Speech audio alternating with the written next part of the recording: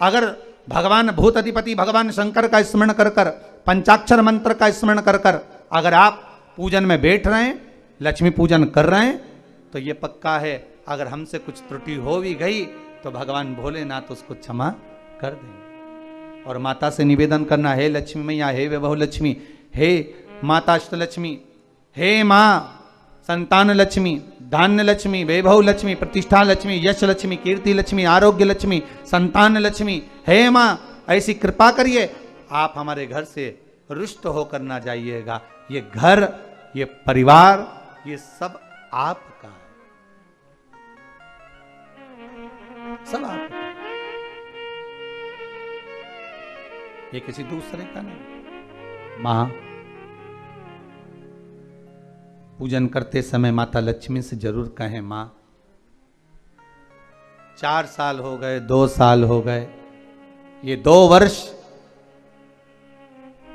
जो ये कोरोना महामारी में गए हैं, ये वर्ष जो बेकार निकल गए हैं, मां हो सकता है आप हमसे रुष्ट हो गई हो, पर आज क्षमा मांगकर अपने घर में आप प्रवेश करिए। मां आइए हमारे घर में, आप पधारिए। मां महाराज कितना सुंदर संवाद है।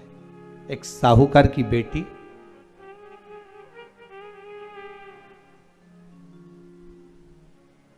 साहूकार की पुत्री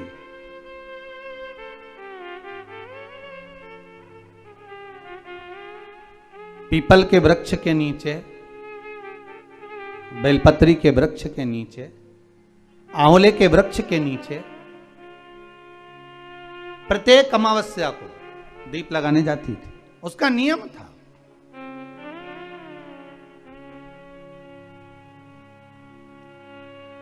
साहूकार की पुत्री प्रत्येक अमावस्या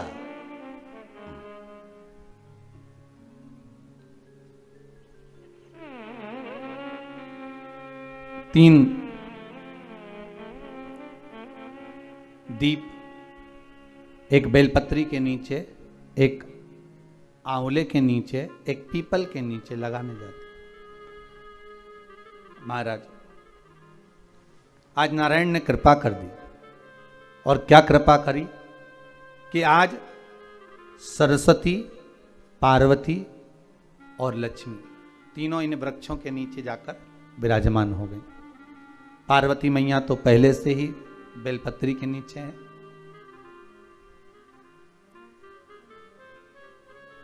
स्वयं सरस्वती मैया, लक्ष्मी मैया आंवले और पीपल के नीचे विराजमान हो गई। अब आज तीनों देवियों में बात हो रही है, आज तीनों देवियों में चर्चा हो रही है कि यदि आज अगर कोई दीप लगाने आया और पहला दीप जिसका लगेगा तो ये पक्का है कि मैं लक्ष्मी उसके घर में प्रवेश करूंगी।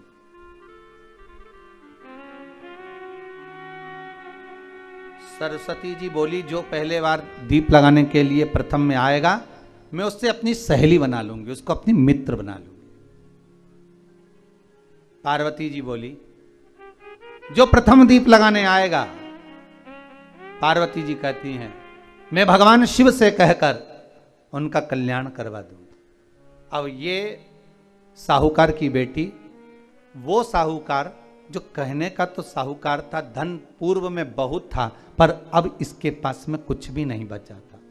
देखिए सुख दुख तो जीवन में चलता रहता है, आज सुख है कल दुख है, फिर दुख है फिर सुख है, ये जीवन में चलता रहता है। भगवान ने दिया, हो सकता है पूर्व में आपके पास में खूब धन होगा, वैभव होगा, सत्ता होगी, फैक्ट्रियां भी होंगी, दुकान भी होगा, धंधा भी होगा, पानी भी होगा, सब कुछ, सारी सत्ता आपके पास में होगी, पर समय की घड़ी किसने देखी है साहब?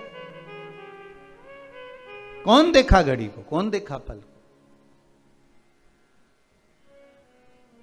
इसीलिए कहते हैं ना, बार बार कहते हैं, तेरा पल पल बीता जाए, मुख से जप ले नमः शिवाय, ओम नमः शिवाय, ओम नमः शिवाय।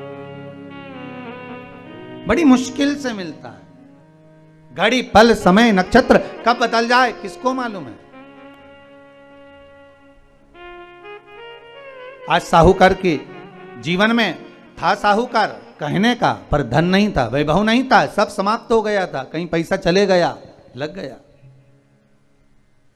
महाराज बेटी ने वही दीप तैयार करे।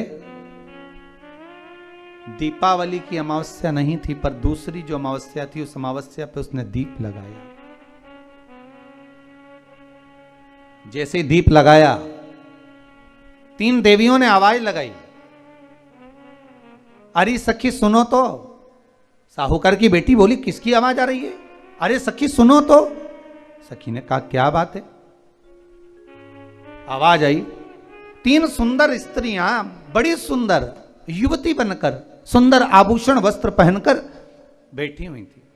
एक ही जगह पर तीनों बैठी हुई हैं। इसी को त्रिवेणी कहते हैं महाराज। जो त्रिवेणी का जो वृक्ष होता है उसमें 3, त्रिवेणी का जो वृक्ष होता है उसमें दिए लगाने का बड़ा महत्व होता है, तो इसी को त्रिवेणी कहते हैं। तीनों बैठी हुई थी। अब तीनों बैठी, आवाज लगाया, हम आपको सहेली बनाना चाहते, सखी बनाना चाहते, आप हमारी सहेली बनेंगी? अब इस साहूकार की बेटी को लगा ये तो बहुत पैसे वाली दिख रही हैं, धनपति दिख रही हैं, और मैं तो गरीबड़ी, और ना जाने में अगर इनकी सखी बन गई तो फिर इनको क्या मुझे देना पड़ जाए, कोई भरोसा है? इसलिए शास्त्र कहता है कि मित्र भी बनाओ तो सोच समझ कर बनाओ। मित्र भी बनाओ तो सोच समझ कर बनाना। ज्यादा धनपति मित्र बन गया तो मन में आएगा कि जब ये घर आएगा तो इसको घृत का भोजन तो कराना ही पड़ेगा, घी का भोजन तो कराना ही पड़ेगा। इसलिए मित्र भी बने तो ऐसा बने कि जो आपके सम्मुख में हो, उसको धन और वैभव से मतलब ना हो, उसको सत्ता से मतलब ना हो, आप उसको केवल आप से मतलब, आपकी मित्रता से मतलब। साहूकार की बेटी ने कहा, मैं आपको कल बताती हूं, मेरे पिताजी से पूछूंगी मैं आपको मित्र बनाऊं कि ना बनाऊं। ठीक है, चलिए घर पहुंची। पिताजी, मुझे 3 सखियां मिली हैं, एक सरस्वती है, एक पार्वती है और एक लक्ष्मी है। अच्छा, पीपल, आंवला और बेलपत्र तीनों वहां विराजमान। अच्छा, क्या कह रही हैं? सखी बनाना चाहती है। पिताजी ने कहा, बन जाओ सखी, सखी बनने में दिक्कत क्या है, बनो। अब दूसरी अमावस्या पे जब वो गई और जाकर उसने कहा कि मैं आपकी सखी बन सकती हूं, तीनों प्रसन्न हो गई। तो उसमें से एक सखी माता लक्ष्मी ने कहा कि चलो आज तुम हमारे घर चलो, हम तुम्हारा सम्मान करना चाहते हैं। सखी को माता लक्ष्मी अपने घर ले गई। साहूकार की बेटी को जब घर लेकर गई, सुंदर सोने की चौकी, सोने की थाली और सोने के गिलास, पकवान एक से बढ़कर एक माता लक्ष्मी ने जब साहूकार की बेटी के सामने परोसे, इधर माता सरस्वती, इधर माता पार्वती नजदीक में बैठ गईं और साहूकार की बेटी पकवान को पाने लगी।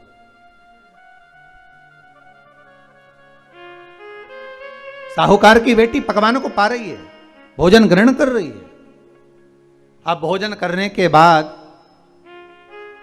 साहूकार की बेटी चली गई। अब जाते से ही माता लक्ष्मी जी ने कहा, सुनो सखी, अगली जो अमावस्या आ रही है, आपको मालूम है वो कौन सी अमावस्या है? नहीं। कहा, दीपमालिका, दीपावली की अमावस्या, आपको मालूम है? ओहो, पर एक बात हम आपको कहें। लक्ष्मी जी बोली, एक बात हम आपको कहें। हाँ बोलिए। हम चाहते हैं इस अमावस्या को आप हमारे घर आई हो, अगली अमावस्या को हम आपके घर आना चाहते हैं,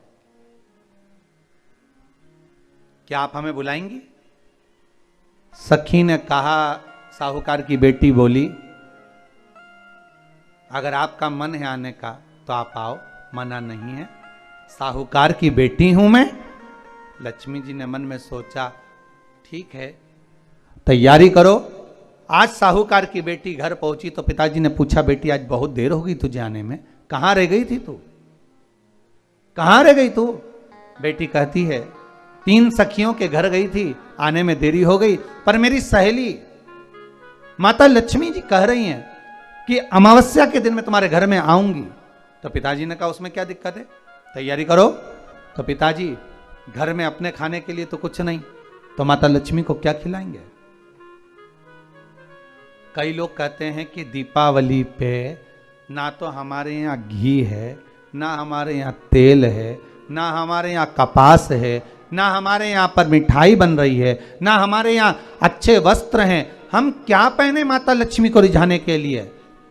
परशु महापुराण की कथा कहती है अगर आपका भरोसा, आपका विश्वास, आपकी दृढ़ता परमात्मा के चरणों में लगी है तो परमात्मा लक्ष्मी पूजन की व्यवस्था भी वही कर देगा कि लक्ष्मी जी का सम्मान कैसे करना, आदर कैसे करना है।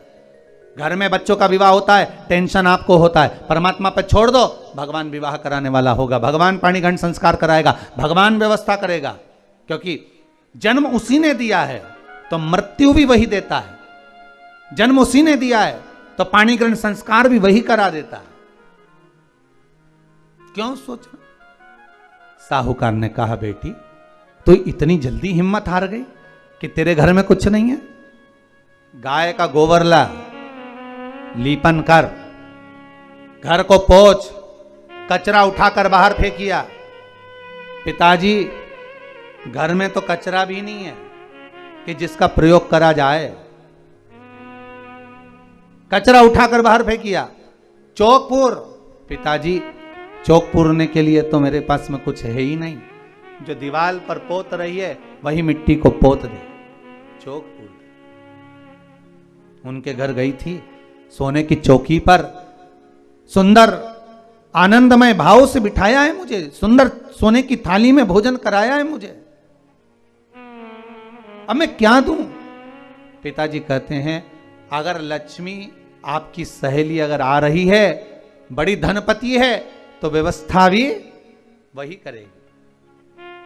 अब लक्ष्मी तो जाने की तैयारी में, सरस्वती उनके साथ जाने की तैयारी में, पर माता पार्वती नहीं गई। माता पार्वती ने कहा आज मैं नहीं जाऊंगी। क्यों? आज मुझे अमावस्या का दिन है ना, इसलिए बेलपत्री के पेड़ के नीचे मुझे रहना पड़ेगा। तो माता पार्वती बेलपत्र के पेड़ के नीचे रुक गई। अब ये दोनों जाने के लिए तैयारी करी। लक्ष्मी और सरस्वती जाने लगी, साथ में उन्होंने गणेश जी को ले लिया, रिद्धि सिद्धि को ले लिया और साहूकार के यहाँ जा रही हैं। जैसे ही साहूकार के यहाँ जा रही थी, इतनी देर में माता पार्वती को लगा कि इसके पास में जिमाने के लिए, रखने के लिए कुछ नहीं है। माता पार्वती ने एक चील का रूप लिया और उड़ती हुई एक राजकुमारी के हार को, रतन जड़ित हार को लेकर मां पार्वती गई और साहूकार के घर में उस फेंक दिया। साहूकार के दरवाजे पर जैसे फेंका, बेटी ने झाड़ू लगाते समय देखा कि कचरा, ये हार कहां से आ गया। पिताजी को दिखाया, अल्लाह मैं जाऊं, और साहूकार लेकर गया हार को। जो सेठ को दिखाया, महाराज ये हार तो करोड़ों का है, कोई साधारण नहीं। धन मिला तो सबसे पहले जाकर एक सुंदर चौरंग लाया, पाटा लाया, उस पाटे पर सुंदर वस्त्र बिछाया और माता लक्ष्मी के आदर की तैयारी के लिए सुंदर सुंदर घर में पकवान बनने लगे साहब। और सुंदर सुंदर पकवान बने। जैसे ही लक्ष्मी घर में प्रवेश करी, सरस्वती प्रवेश करी, गणेश प्रवेश करे, रिद्धि सिद्धि प्रवेश करी, लक्ष्मी जी ने पहला संबोधन कहा, क्यों सखी, तू तो कह रही थी कि मेरे पास में कुछ भी नहीं, फिर इतना सारा सामग्री कहां से आ गई। सखी कहती है, मेरे पिताजी कहते थे जिसके मंदिर में दिया लगाया है, जिस वृक्ष के नीचे दिया लगा कर आई है, जहां जिस देवता को पूछ कर आई है, विपदा की घड़ी में वही देवता आकर खड़े होते हैं। ना जाने कहां से हार मिल गया, ना जाने कब प्रसाद बन गया। लक्ष्मी जी ने ध्यान लगाकर देखा, आखिर पार्वती क्यों नहीं आई थी। समझ में आ गया कि एक सखी पूरी व्यवस्था करने में लग गई थी। ऐसी है मेरी माँ लक्ष्मी, ऐसी है माँ पार्वती, ऐसी है माँ सरस्वती। उनकी आराधना 3 दिन से आप पाटा लगाकर पूजन कर रहे हो। आज भी दीपावली का पूजन भी आपको ऐसे ही करना है। जितना पूजन आप